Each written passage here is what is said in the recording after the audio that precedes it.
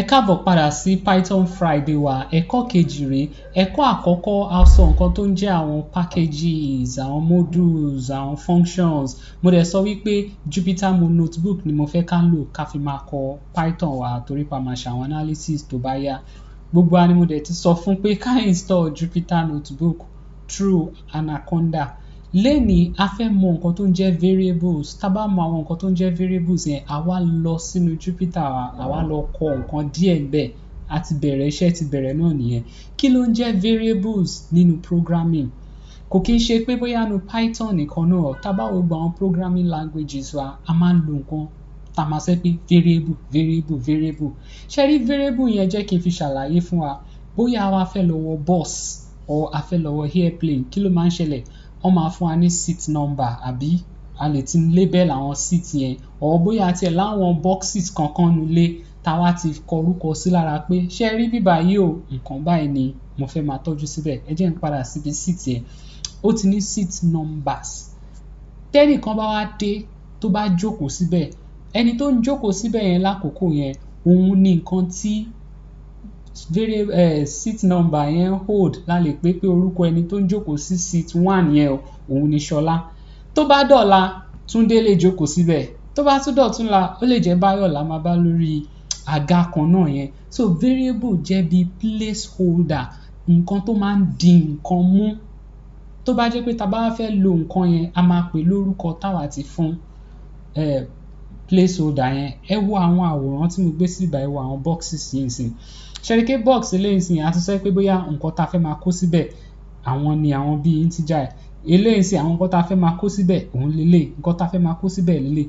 Orúkọ tá fi sára àwọn boxes yẹn a lè pè ní variable name.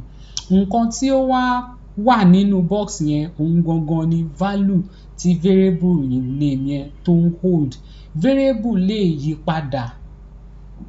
Mo lè fi 1 síbẹ̀ nísìnyí kí n sọ pé ó yá o, 1 ni mo fi sínú bẹ̀. Tó bá dọ̀la kí n fi 2 síbẹ̀. Variable yẹn placeholder ni fún value. It is a placeholder for a value. Nísìnyí ẹ wo àpẹẹrẹ tó wà níbí. Mo sọ pé x equals 1. Ṣé rí x yẹn variable ni.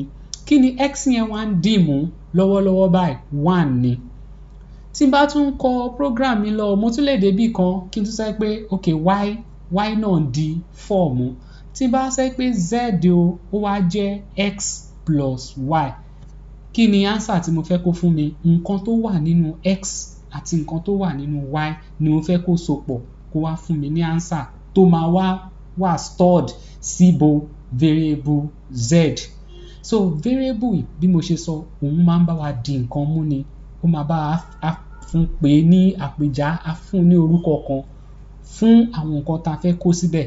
Ṣé wá rí nínú Python, àwọn nǹkan tá máa ń kó sínú variable yẹn, òun tún wá ní tá máa ń sọ pé data type. Ẹ mọ̀ pé a fẹ́ store data sínú variable ni. Irú data wo la wá store sínú variable? Ìyẹn là ń pè ní data type. Mẹ́ta ló common nínú Python. Ó ju bẹ́ẹ̀ lọ, ṣùgbọ́n jẹ́ ká rọra wo mẹ́ta yẹn lénìí. String, ìta ń pè ní string yẹn, ìyẹn ní í ṣe pẹ̀lú bóyá àkójọpọ̀ lẹ́tà, àkójọpọ̀ nọ́mbà àbí àwọn àlàfo.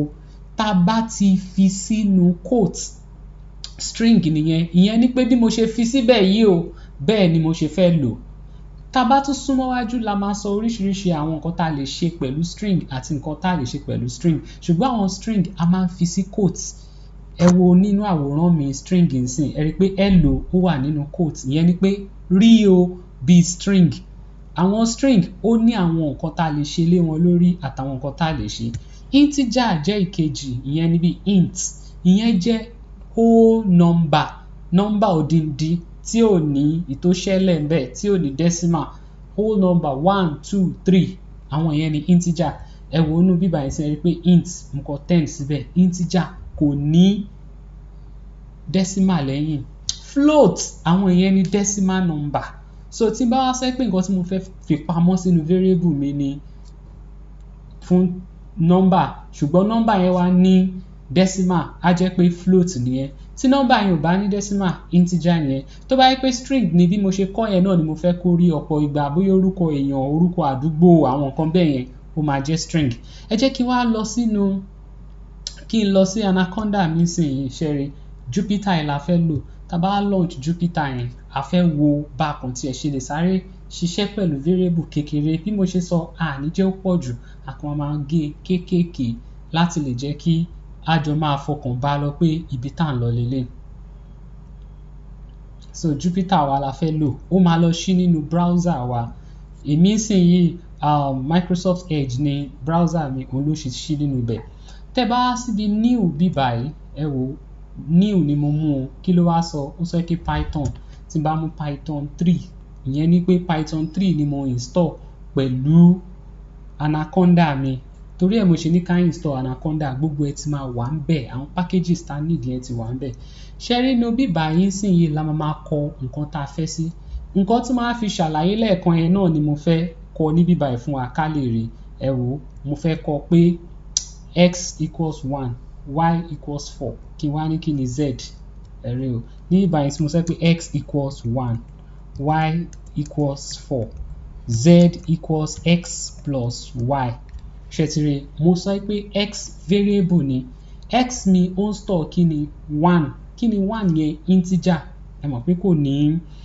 decimal y mi náà ó ń store 4 ìyẹn náà ò ní decimal integer ni mo wá ní answer mi o kó lọ fi pamọ́ sínú z kí ni kó wà nínú z x plus y ṣe rí pé variable ni x variable ni y bí ẹni pé a pe àwọn kan dúró nípò nǹkan kan ni nǹkan tó ń dúró nípò ẹ̀ òun ló wà níwájú 1 àti 4 tí n bá sọ pé mo fẹ́ rí iṣẹ́ tí mo ti ṣe yìí pé mo fẹ́ rí ìgbà yẹn la máa lo function tá à ń pè ní print ṣe ti rí pé a sọ̀rọ̀ packages modules àti function tí n bá fẹ́ rí ìdáhùn sí àwọn ìbéèrè mi pé kí ló wà nínú x tí n bá sọ pé print a máa ń lo print ìyẹn ló máa fi hàn wá nǹkan tá a fẹ́ rí kí ni mo fẹ́ print mi ní sọ pé x plus y bẹ́ẹ̀ yẹn mi dẹ̀ ní sọ pé bóyá 5 mo fẹ́ kó jóun ló máa bá mi ṣe àròpọ̀ ẹ̀ màá wá sọ pé z torí z yẹn ni variable tó